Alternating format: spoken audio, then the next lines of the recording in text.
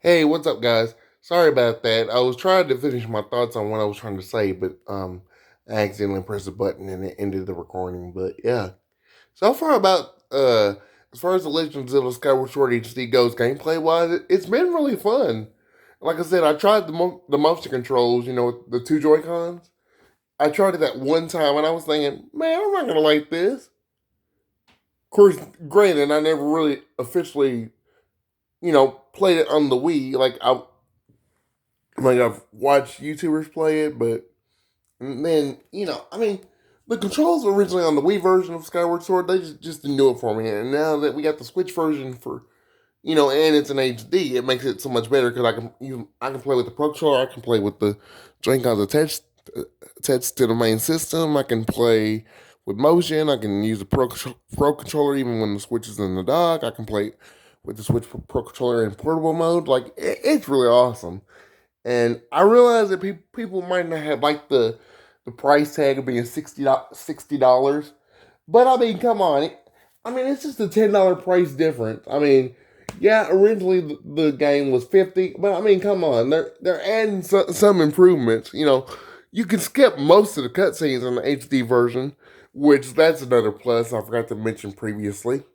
Another good thing is, the I mean, they added autosave to the HD version, which is nice. I mean, I guess it's like for when you upload in and out of a shop somewhere, but you still got to go to those bird statues to save, manually. So you don't want to rely on autosave too much because if you do, you might not end up right where you thought you left off previously if you know what I mean.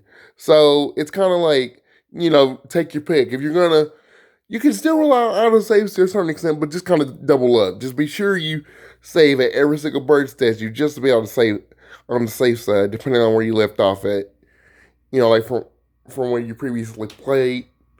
And I'm still like stuck on this volcano world and I cannot figure out where to go. But hopefully I'll watch some YouTube videos and hopefully I can get some good advice on how to at least get to the dungeon. Because, I mean, getting to the dungeon will be the most exciting part. I mean, I'm not necessarily wanting the dungeon explanation. Because when I get to the dungeon, hopefully I can figure out most of the puzzles within that dungeon by myself.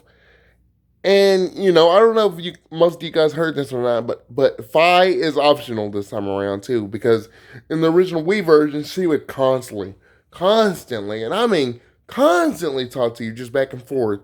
I mean, she could not be quiet for Pete's sake. I mean, so it was like, okay, I'm gonna have to, it was, you just had to deal with it. I mean, she could still be annoying, but not as annoying as she was in the Wii version.